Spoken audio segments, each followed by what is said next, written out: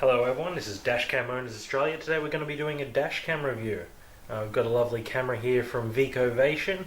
It's their most recent unit called the Marcus 5, which is a dual camera system.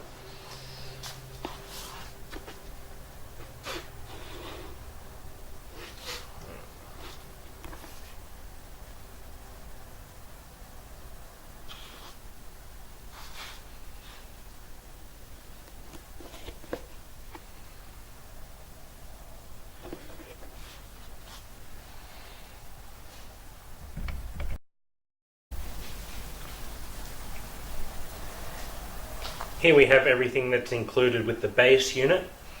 There are a few optional accessories on this camera, one of them being the GPS module. So you can buy this unit with an additional GPS, which unlocks a few features like lane departure warning, forward collision warning, and it also gives you speed alert and your location. The other optional accessory is a filter that goes on the quick release mounting. Helps cut down on glare from your windshield and reflections, stuff like that. Alright, so what we do have included here is the cable that connects the front camera to the rear camera. It's about 6 meters long. Our power cable for the front camera. The bracket for the rear camera, which is attached by 3M sticky tape and a ball joint mount. A spare adhesive mount. The rear camera itself, which is tiny. The larger front camera. A suction cup mount. The quick release bracket. And a few more options for mounting the front camera. What we also have here is just a quick guide on the front ball joint mounts and how you change them. Warranty statement. And of course the user guide, which is in clear English and a few more languages throughout the book, but clear readable English. Alright, we'll start by taking a look at the rear camera. Very small, very basic, not a lot you can really do here. All it has is a mini USB connector which connects it to the front camera. Apart from that,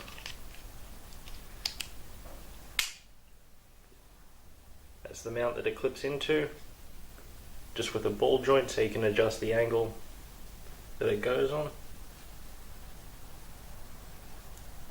So you get from flat windscreens, rear windows, to any curve like that. So. Alright, now we have the front camera. On the side here, we have the memory card.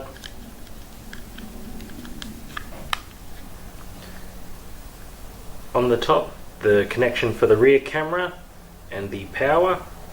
This is for the quick release mounting bracket. That's for one of the other mounts. On the side here, you've got your HDMI out and your GPS connection. On the bottom, just more ventilation and serial number. What I'm going to do now is go through a few of the different mounting options for this camera. All of them are based on a ball joint, so you can connect them to this. Alright.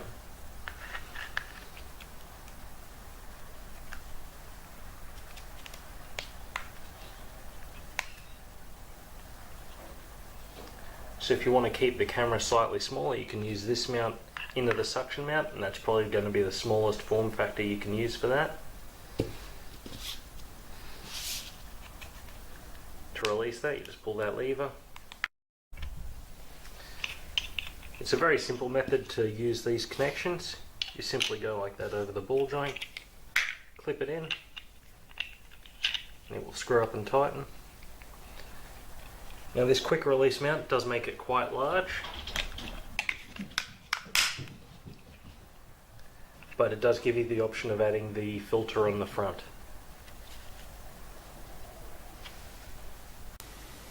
What I'm going to do now is have a run through of the menu and options on this camera. I'll start here in the video menu. For our resolution options, we have 1080p 30 frames per second on both cameras, or 720p 30 frames per second on both. For exposure value, front and rear camera individual, and here are the options.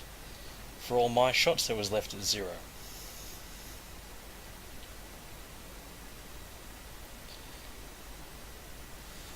Here are some of the GPS and G sensor functions. Different settings for the G sensor. GPS settings if you do have the available GPS dongle. Position overlay on and off, speed overlay on and off. And your smart warning options, which include lane departure warning system, forward collision warning system, and your speed alerts, all adjustable with whatever speed limit you'd like them to come on it.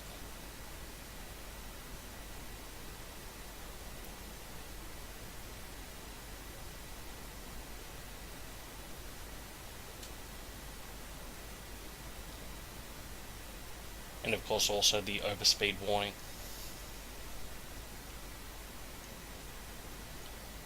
For our display options, we can set the LCD auto off. I have mine set to 1 minute, so it turns off 1 minute after I start the car. I know it's recording, but it won't annoy me as I'm driving. Brightness options, time overlay, and the Vico tag, which lets you set a registration number or name on the video. You can also set to mirror the rear camera's image. And I'll tell you now that I actually had done that for my footage. I've since changed it. Audio settings and volume control.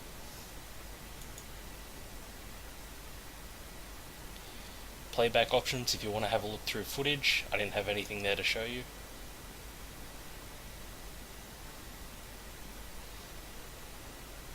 And some of the system settings. In the system settings, we have our clock, time zone, TV systems, which is NTSC and PAL respectively, the different languages for the actual dashcam. There's a lot of different options there.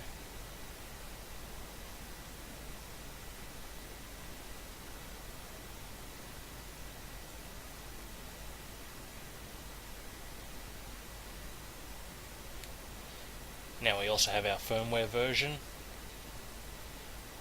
our option for formatting the memory card, software upgrades should we need to do a firmware upgrade, and we can reset to default settings. And that's it from the menus.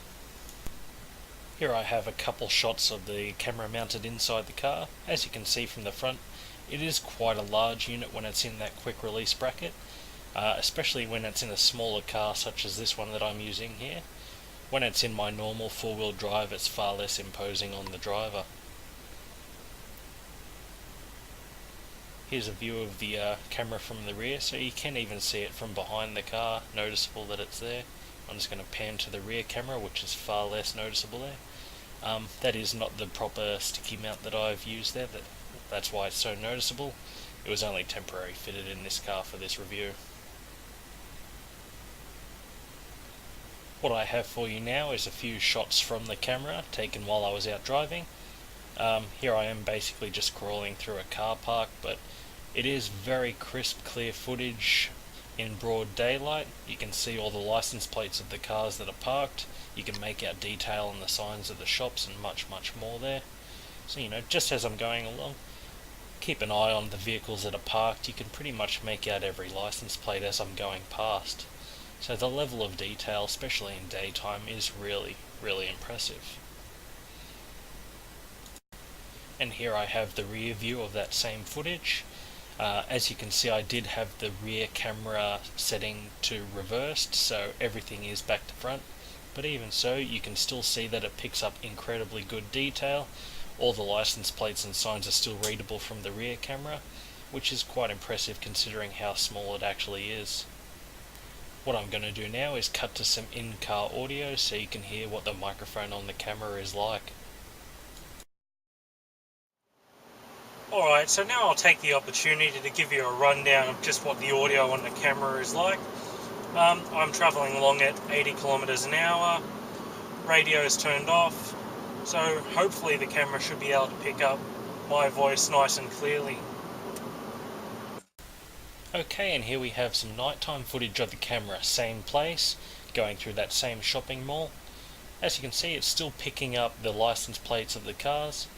It's picking up the light fairly well.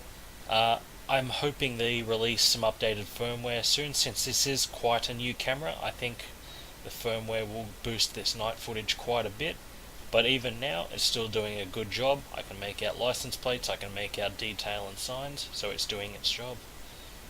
And here again with the rear footage, which I'd even go as far as saying probably looks a little bit better in this instance. It's not quite as dark as the front, I'm not entirely sure why, but I think it's more of a firmware thing at the moment, so fingers crossed Vico gets onto that, and they will, because they're very good with their firmware updates. Now here I am on a pitch black road, no street lights, normal headlights here at the time being. I'm about to flick on my high beams, so you'll see what that's like. So it's doing pretty good considering there is no natural light whatsoever for the camera to pick up. It's still picking up the detail relatively well. Now I'll give a few thoughts of mine on this camera. Overall, I think it's a very good camera. The quality is certainly up there, as it is a premium camera to begin with. A few things I do not like about the camera: it is quite large. If you're driving a small car, it may not be the camera for you if you're worried about something that's going to stick out. In my four-wheel drive, however, it basically sits the perfect height for me, where the buttons are just below the rear view mirror, so I can hit the emergency lock button if I need to, but other than that I can't really see the camera. Also the rear camera, I'm not too fond of how they've made the mount for that. I feel that it could have been a bit better designed. It's okay if you're mounting it flush against the window, but on my car it ideally needs to be mounted to the roof, and I just couldn't get the angle right with that rear mount. Now a few other things. As it is brand new, there will be constant firmware updates for this, so I think it'll be good once they sort of get that figured out. For the time being though, I'm still using this camera. I'm very happy with the job that it's doing. Now for Australian residents, it's available on the Dashcams Australia website. I've got a link to them down in the description. And you can also use a coupon code of DCOA, and that'll get you free express shipping with them. So be sure to do that if you're interested in this camera. It's currently on special there for $400 at the time of filming. Yes. Any final thoughts, or if you have any questions on this camera, feel free to ask down in the comments below, and I'll try and answer you best I can. Alright, this is Dashcam Owners Australia saying goodbye.